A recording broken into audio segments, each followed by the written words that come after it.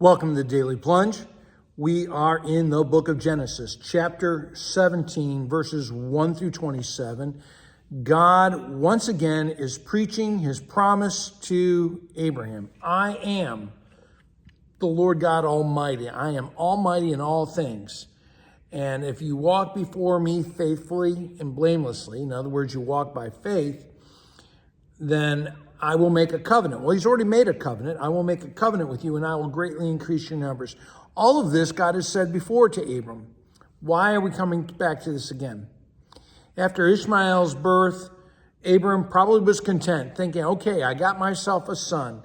The promise that God has given to me is going to get fulfilled because I have an heir to that promise in Ishmael. But Ishmael is a son of the flesh. He comes by the work of Abraham, even though Sarai wasn't a part of it.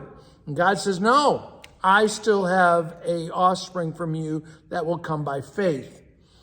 And as Abraham is face down before him, he says, first off, he says, no longer will you be Abram, you will become Abraham, and your wife will no longer be known as Sarai, she will become Sarah, and so they both are given a much more majestic name, right? And, you're going to become not just the father of many, you're going to become the father of nations. And more than anything, he's going to be the father of faith. And he says, I have made a covenant with you. And at the age of 99, he says, now we're going to have a sign of that covenant. I'm going to have you get circumcised. You're going to cut off the foreskin of your penis, right? You and all your male descendants. It will be a sign of this covenant. And Abraham was righteous before circumcision because of faith. And so circumcision isn't of any purpose when it comes to righteousness.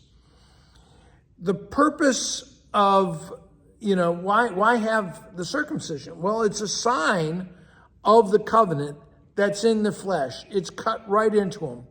And again, this goes back to ancient practices where they would cut themselves as a sign of a covenant with others, right? And, if Abraham was required to have circumcision in order to be blameless, then you would have done that a long time ago, right? And so the only requirement is that you remain in faith. So what is the purpose of the circumcision? It is an inclusion for every generation after him into the covenant promise. And when is this circumcision promise given? At 8 days old. Are 8-day-old babies able to make a choice about this? No. And so this is actually, this is the sign of the Old Testament covenant. The sign of the New Testament covenant, not just the sign, the sacrament of it, will be baptism. And if there was a sign for babies in the first covenant, there will be a sign for babies in the second covenant, and that is baptism, as you look at Colossians chapter 2. Now, one of the other things is why in the private area? Why not, like on your forehead or on the arm? Well, this is a modest covenant sign, isn't it? It is something that is just between you and God, but it is still something that distinguishes the people of God from all the other tribes. And it is, again, that sign of inclusion, but it represents what God is doing. As Jeremiah says, chapter 4, circumcise yourselves to the Lord and remove the foreskins of your heart. That really what it means to be circumcised is to cut off the stone heart and to have a heart of flesh.